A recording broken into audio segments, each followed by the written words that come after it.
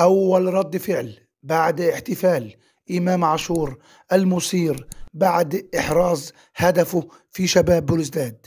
اسمع الحكاية بعد الفاصل. كده تمام.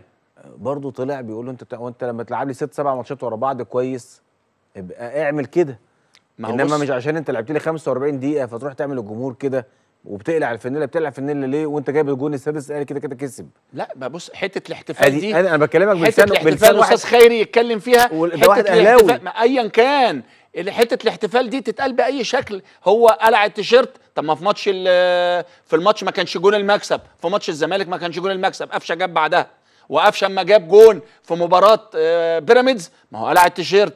انا بيقلع التيشيرت براحته، ما هو ده احتفال، دي طريقه انا بعمل كده بقى. محمد صلاح بيقلع التيشيرت، رونالدو بيقلع التيشيرت بالظبط. انا بتكلم على دي.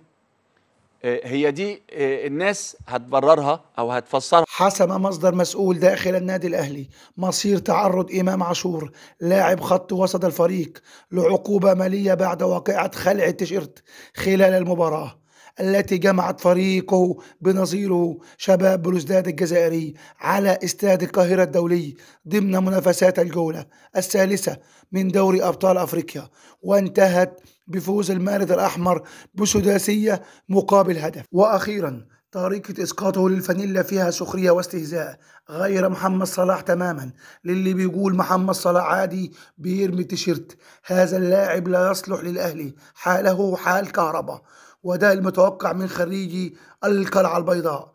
ولك في القلعة البيضاء الآن أمثلة عديدة، شيكابالا، ألفاظ وحركات قمة في قلة الأدب. أحمد فتوح مخدرات وقتل خطأ. دونجا حدث ولا حرج.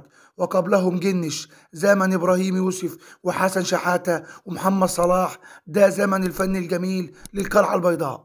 والسلام عليكم ورحمة الله وبركاته.